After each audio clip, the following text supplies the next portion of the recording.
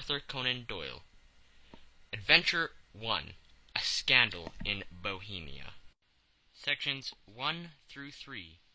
Section 1.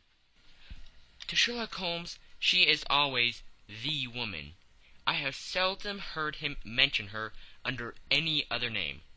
In her eyes, she eclipses and predominates the whole of her sex.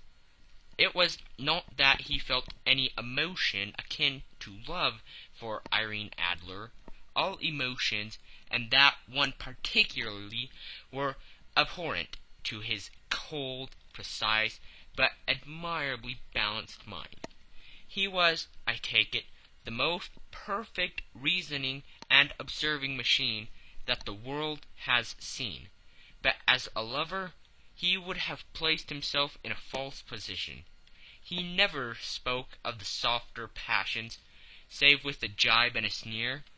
They were admirable things for the observer, excellent for drawing the veil from men's motives and actions.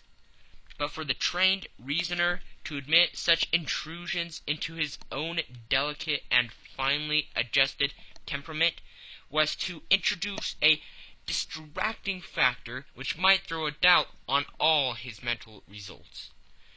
Grit in a sensitive instrument, or a crack in one of his own high-powered lenses, would not be more disturbing than a strong emotion in a nature such as his. And yet there was but one woman to him, and that woman was the late Irene Adler, of dubious and questionable memory. I have seen little of Holmes lately. My marriage had drifted us away from each other. My own complete happiness and the home-centered interests which rise up around the man who first finds himself master of his own establishment were sufficient to absorb all my attentions, while Holmes, who loathed every form of society with his whole Bohemian soul, remained in our lodgings in Baker Street. Buried among his old books and altering from week to week between cocaine and ambition, the drowsiness of the drug, and the fierce energy of his own keen nature, he was still, as ever, deeply attracted by the study of crime, and occupied his immense faculties and extraordinary powers of observation in following out these clues, and clearing up those mysteries which had been abandoned as hopeless by the official police. From time to time I heard some vague account of his doings, of his summons to Odessa in the case of the Trepov murder, of his clearing up of the singular tragedy of the Atkinson brothers at Trincomalee, and finally of the mission which he had accomplished so delicately and successfully for the reigning family of Holland. Beyond these signs of his activity, however, which I merely shared with all the readers of the daily press, I knew little of my former friend and companion. One night, it was on the 20th of March, 1888, I was returning from a journey to a patient, for I had now returned to civil practice, when my way led me through Baker Street. As I passed the well-remembered door, which must always be associated in my mind with my wooing, and with the dark incidents of the Stoty in Scarlet, I was seized with a keen desire to see Holmes again, and to know how he was employing his extraordinary powers. His rooms were brilliantly lit, and even as I looked up I saw his tall, spare figure pass twice in a dark silhouette against the blind.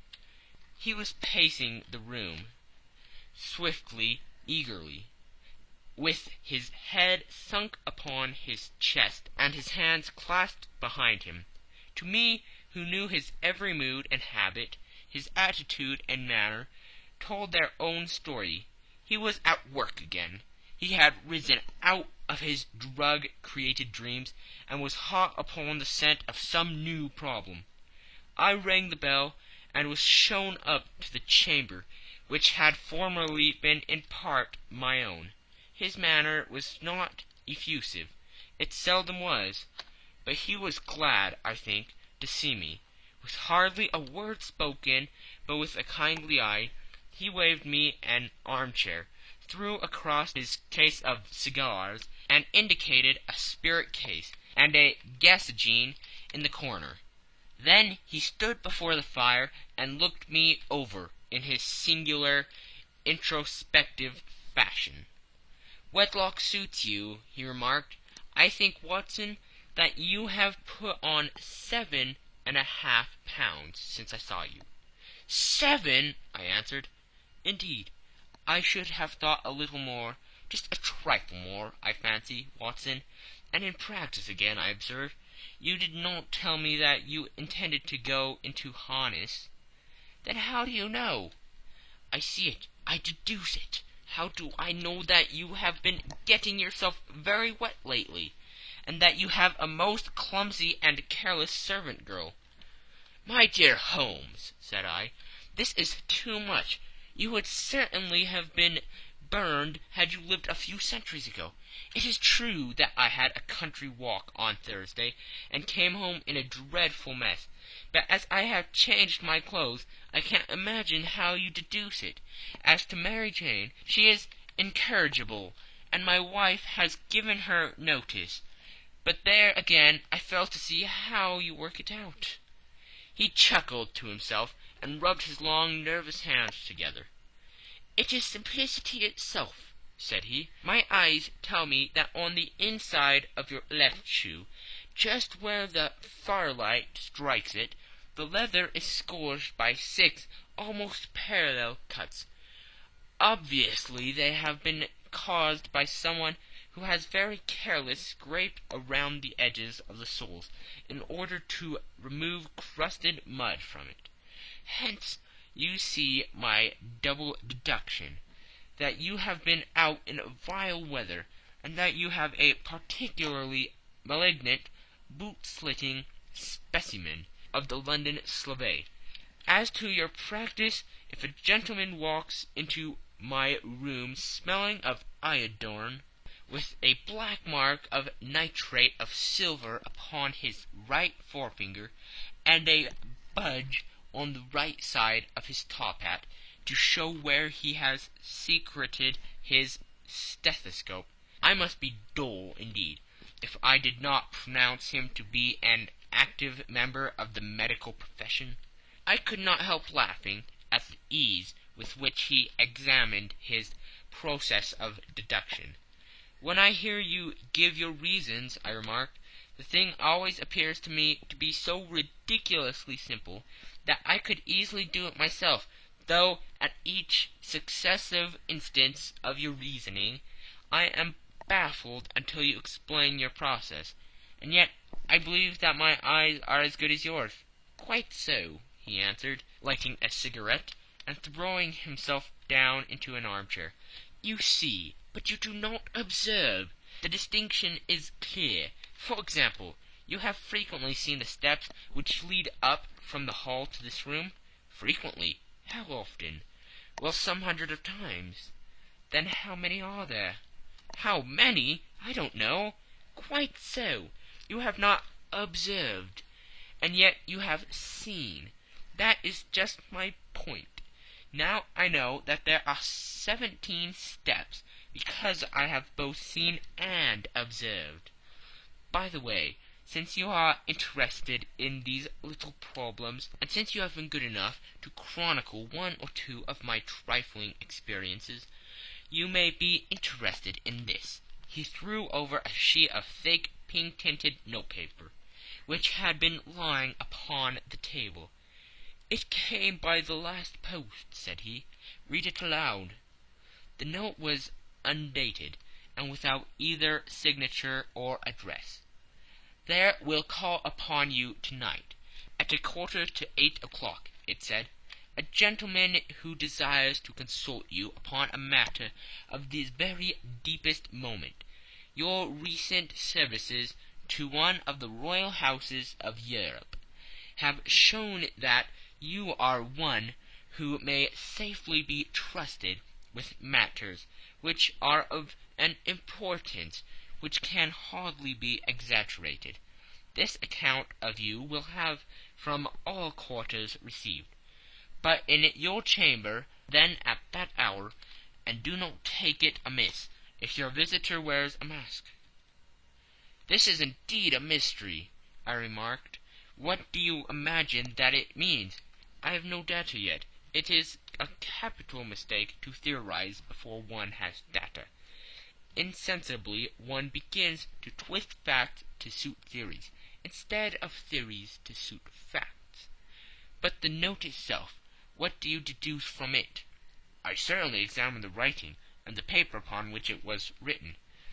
"The man who wrote it was presumably well-to-do," I remarked, endeavoring to imitate my companion's process. "Such paper could not be bought under half a crown a packet. It is peculiarly strong and stiff." "Peculiar, that is the very word," said Holmes. "It is not an English paper at all. Hold it up to the light." I did so, and saw a large E with a small g, a P, and a large G with a small t woven into the texture of the paper. "What do you make of that?" asked Holmes. "The name of the maker, no doubt, or his monogram, rather."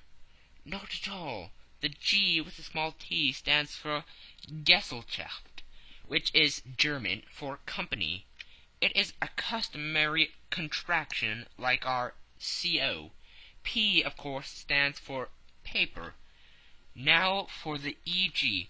Let us glance at our continual gazetteer." He took down a heavy brown volume from his shelves. Eglots. Here we are. Egeria. It is in a German-speaking country in Bohemia, not far from Carlsbad, remarkably as being the scene of the death of Wallenstein, and for its numerous glass factories and paper mills. Ha, my boy, what do you make of that?" His eyes sparkled, and he sent up a great blue triumphant cloud from his cigarette. "The paper was made in Bohemia," I said. "Precisely. And the man who wrote the note is a German. Do you note the particular contraction of the sentence, 'This account of you we have from all quarters received'? A Frenchman or Russian could not have written that. It is the German who is so unctuous to his verbs. It only remains, therefore, to discover what is wanted by this German, who writes upon Bohemian paper and prefers wearing a mask to showing his face. And here he comes, if I am not mistaken, to resolve all our doubts." As he spoke, there was the sharp sound of horses' hoofs, and the grating wheels against the curb, followed by a sharp pull at the bell. Holmes whistled. "A pair by the sound," said he. "Yes," he continued, glancing out of the window, "a nice little Brahmin, and a pair of beauties, 150 guineas apiece. There's money in this case, Watson, if there is nothing else. I think that I had better go, Holmes." "Not a bit, Doctor. Stay where you are. I am lost without my Boswell, and that promises to be interesting. It would be a pity to miss it. But your client, never mind him. I may want your help, and so may he.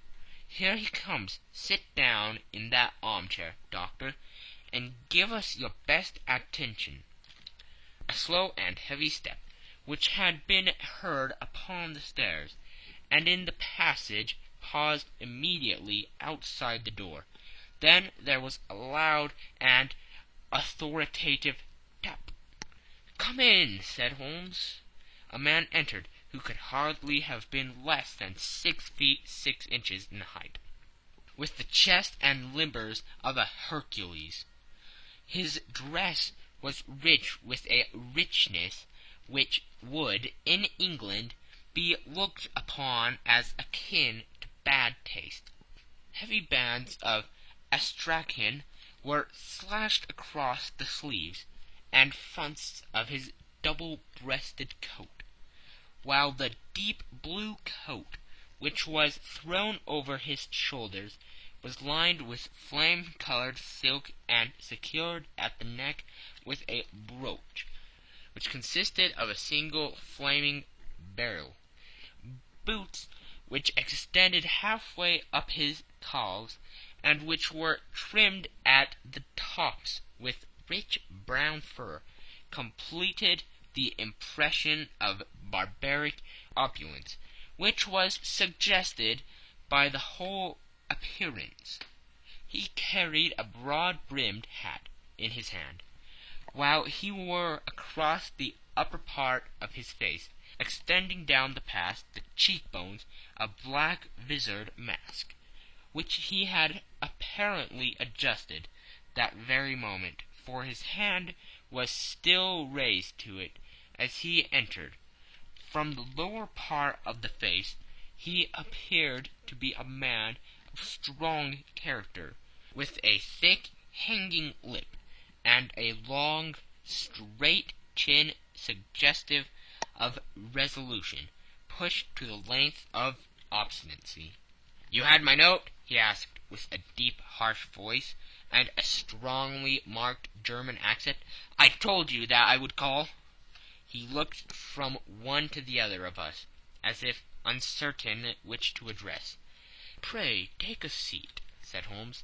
"This is my friend and colleague, Dr. Watson, who is occasionally good enough to help me in my cases. Whom have I the honor to address?" "You may address me as Count von Kramm, a Bohemian nobleman.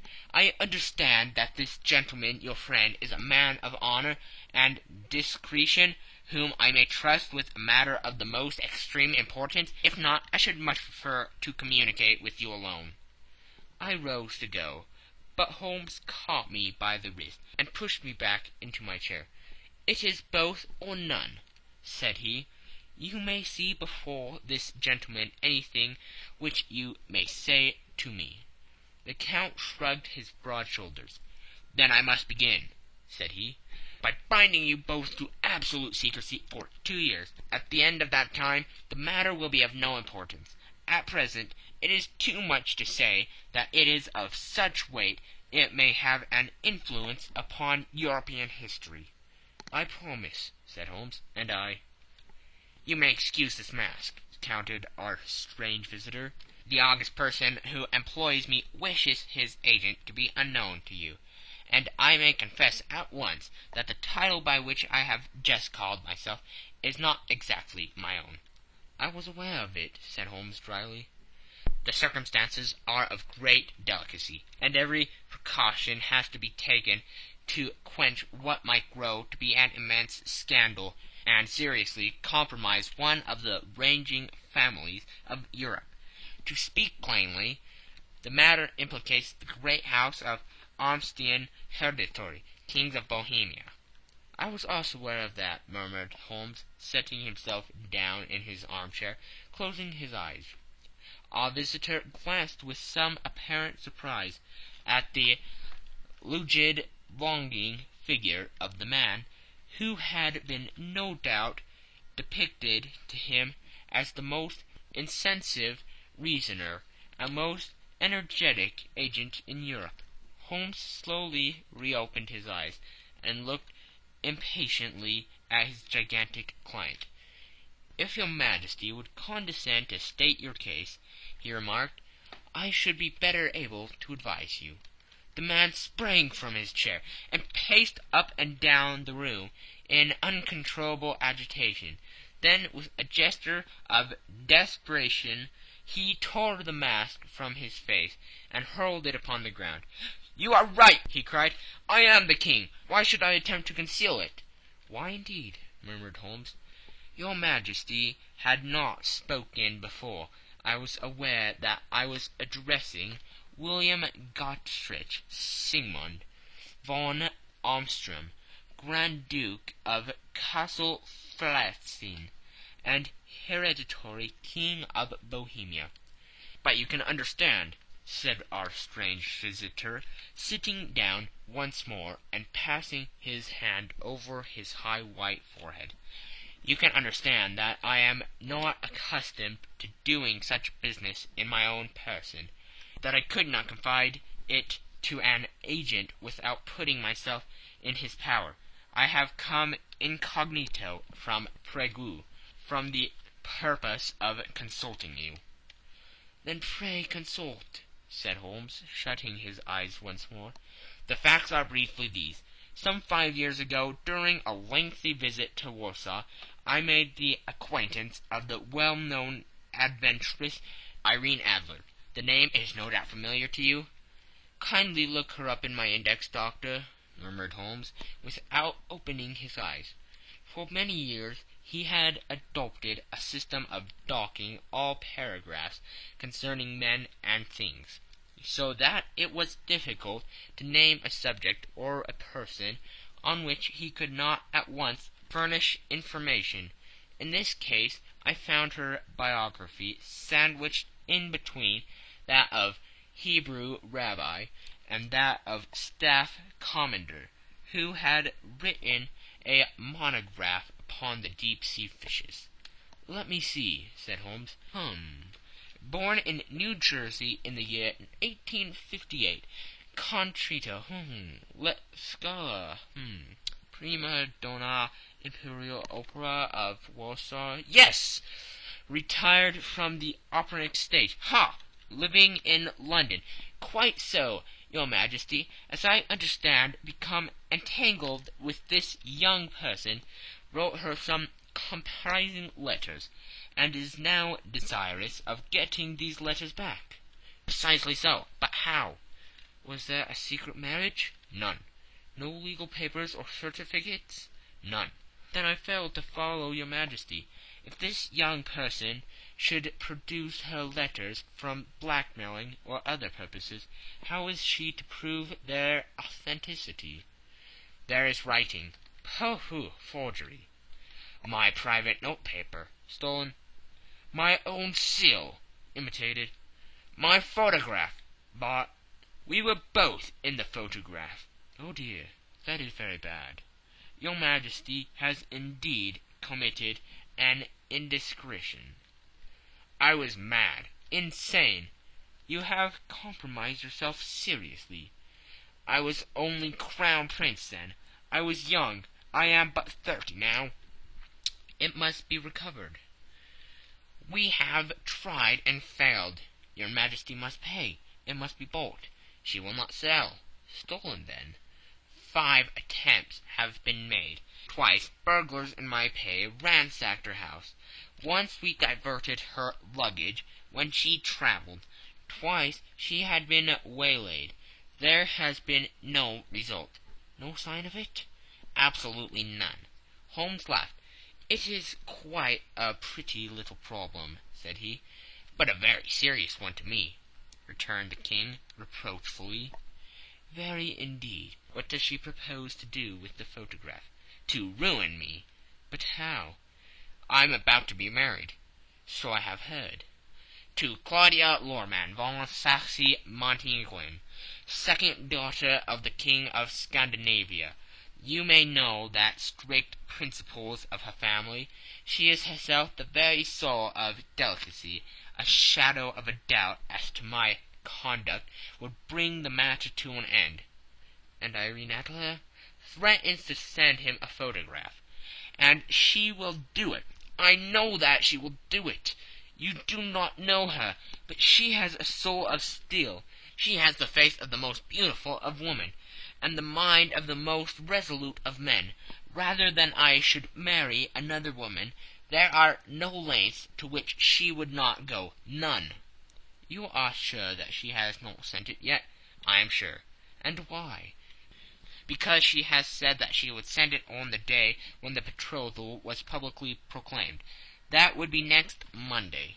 "Oh, then we have 3 days yet," said Holmes with a yawn. "That is very fortunate. As I have 1 or 2 matters of importance to look into just at present, Your Majesty will of course stay in London for the present?" "Certainly. You will find me at the Logram under the name of the Count von Kram. Then I shall drop you a line to let you know how we progress. Pray do so. I shall be all anxiety. Then as to money, you have carte blanche. Absolutely. I tell you that I would give one of the provinces of my kingdom to have that photograph. And for the present expenses, the king took a heavy chamois leather bag from under his cloak and laid it on the table. There are 300 pounds in gold and 700 in notes, he said. Holmes scribbled a receipt upon a sheet of his notebook and handed it to him. And mademoiselle's address, he asked, is Brony Lodge, Supretime Avenue, St. John's Wood. Holmes took a note of it. One other question, said he.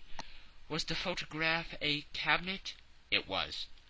Then good night, your Majesty, and I trust that we shall soon have some good news for you.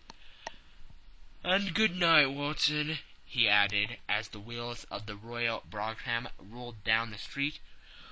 If you will be good enough to call tomorrow afternoon at 3 o'clock, I should like to chat this little matter over with you. End of Section 1. Section 2. At 3 o'clock precisely, I was at Baker Street. Behold